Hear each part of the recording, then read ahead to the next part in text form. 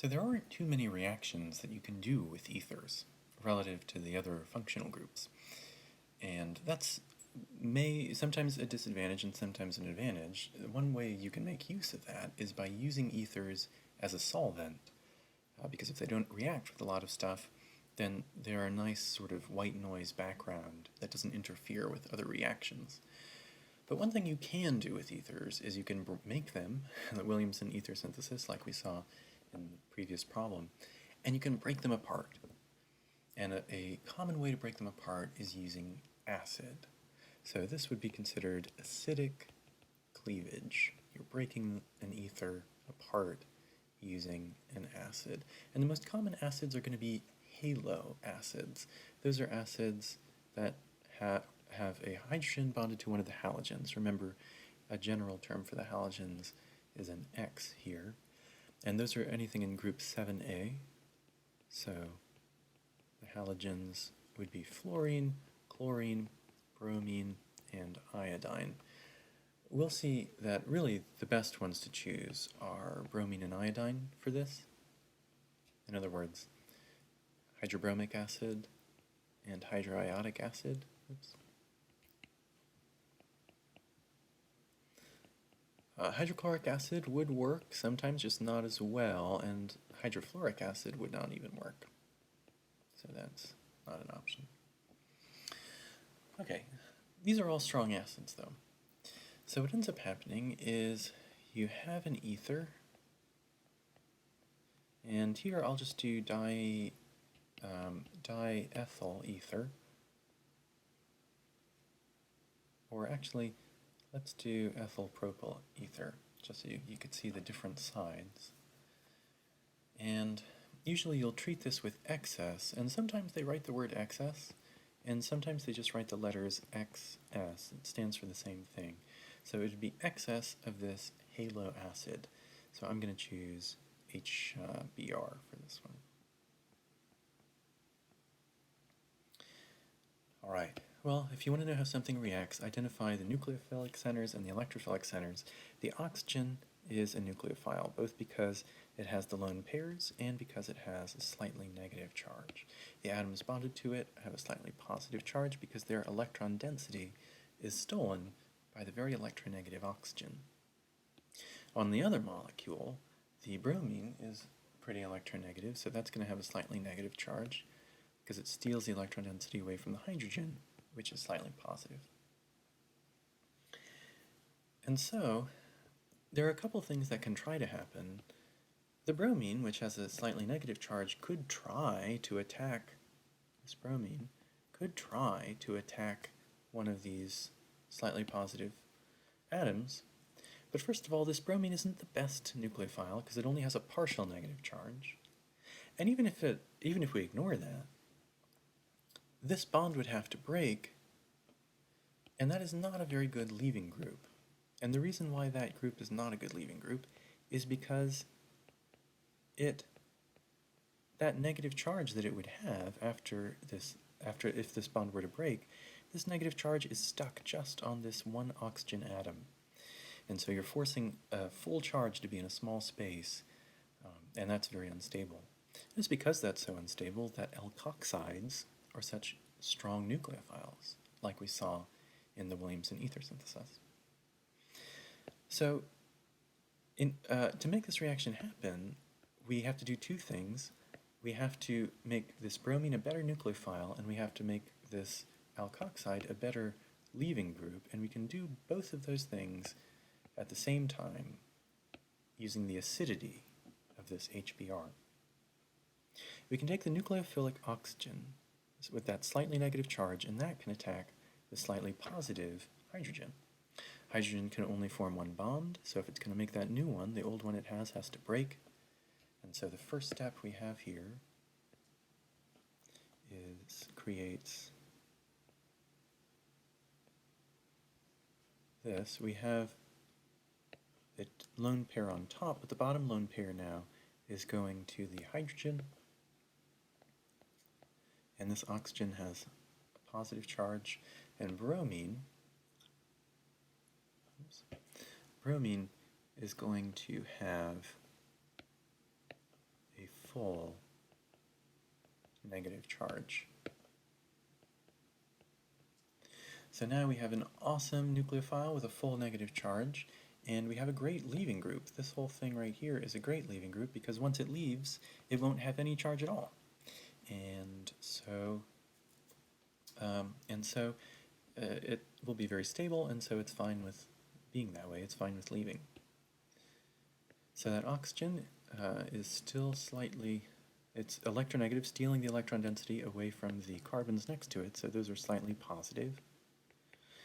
And so the bromine is going to attack one of them. Now it doesn't matter which one it attacks first. So in this case, I'm just going to have it attack this one on the right. And carbon can only form 4 bonds. That carbon that it wants to stick to already has 4 bonds, so it's going to form this new one. That old one has to break. This bond goes to the most electronegative place nearby, that's the oxygen, and so that will give you these products.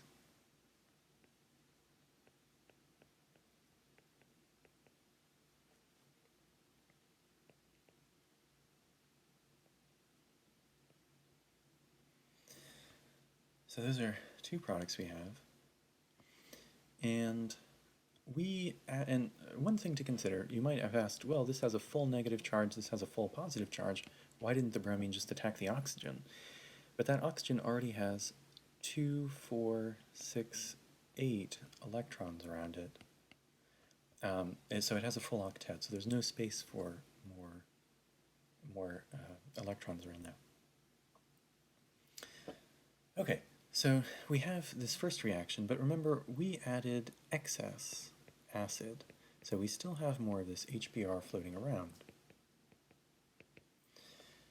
And the oxygen on both of these slightly negative, plus it has the lone pairs, so that's a sign that it's a nucleophile. Bromine, lots of lone pairs, slightly negative, that's a nucleophile.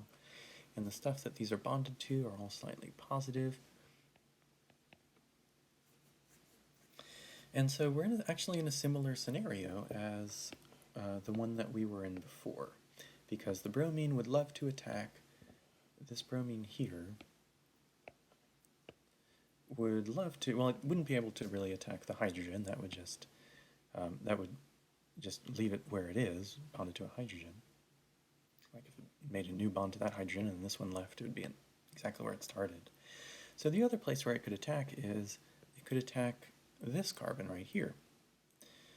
But if it attacked that, this bond would have to break, and you'd be left with a hydroxide ion, which, just like an alkoxide ion, is very unstable. You have full negative charge on just one small atom, the oxygen, so that wouldn't want to snap off the molecule. It would just snap right back on, and so the bromine wouldn't be able to attack. So we want to make the bromine a better nucleophile by giving it a full negative charge instead of this partial negative charge. And we want to make this OH a better leaving group, and we can do that by having the nucleophilic oxygen, slightly negative oxygen, attack the slightly positive hydrogen of the acid. To make room, the hydrogen loses that one bond, which was already kind of broken anyway, because of how polar it was. And those electrons in that bond go onto the bromine, which is the most electronegative place nearby. And so now you would have this oxygen here, hydrogen going down, hydrogen going to the side, lone pair, positive charge, formal charge, and then you'd have the bromine with a full negative charge. Oops. So now we have an awesome nucleophile with a full negative charge, and we have a great leaving group here.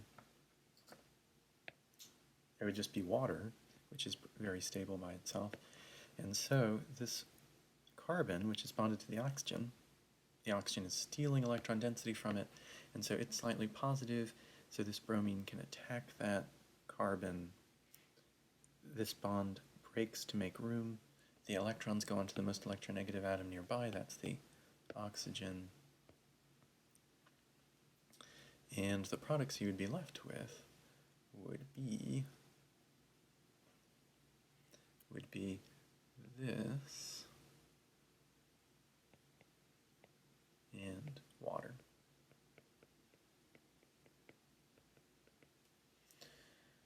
So notice the products we had overall here.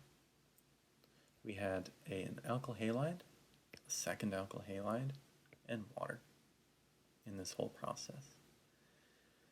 So you can break these ethers apart. You can break these ethers apart by adding excess strong acid, halo acid. Usually you have to heat it up a little bit too. And what ends up happening is you take this oxygen, you erase it, and just on both sides you add the halogen that is in the acid. So notice, this is just the right side of that ether with a halogen where the O was. This is just the left side of that ether with a halogen where the O was. So you don't have to draw this mechanism for each of these problems. This is just an explanation of why what we're going to do is separate the ether into two sides and replace the oxygen with the halogen in the acid. And water is also a byproduct. That's where the oxygen goes. Now notice, because the halogen acts as a nucleophile, that's the reason why iodine and bromine are the best for this, and chlorine and fluorine are not quite the best to use in the acid. Remember, one key fact about nucleophiles is that they are polarizable. Polarizable. That's the difference between a nucleophile, for example, and a base. Polarizable means the atom is big enough for all of its electrons to be able to go to one side if they need to. Fluorine is tiny, so it's hard for it to get all of its electrons on one side. There's just not enough space there, so they tend to be more evenly spaced out. Chlorine is bigger, for sure. It's the size of a methyl group, but even still, it's hard for it to get all the electrons on one side. There are still a couple on the other side. Bromine and iodine are so gigantic that it's very easy to get all of the electrons in the atom just on one side. And that means that side gets really negative, and so it can attack really, really well. And that's why this bromine and iodine are the best. The hydrobromic and hydroiodic acid are the best ones to use, because bromine and iodine are the best nucleophiles. Chlorine is okay, fluorine won't work. One last thing to note here is, if you have a phenol, so if you have benzene with an oxygen, and that's part of your ether, so let's say we have an ether like this. This ether, based on what we've done so far, you draw a line there, you draw the left side, you replace it with the halogen, and you would think you would draw the right side, or the other side, and replace it also with a halogen. That's how we're going to do most of these. But if you have a benzene ring, leave the oxygen there, that's just going to stay as an alcohol. And the reason for that is because this carbon here is in a double bond, and so it is harder for it to undergo an SN2 or an SN1 reaction. SN2 or SN1 reactions usually happen at sp3 carbons. You could make a substitution reaction happen here, but we haven't learned how to do it yet. We'll learn that in a new chapter. So for right now, just keep in mind as an exception, if one of the carbon branches coming off of the ether is a benzene ring, leave it as an alcohol. Okay, that being said, let's try this first one, 1411. We don't have to draw that whole mechanism.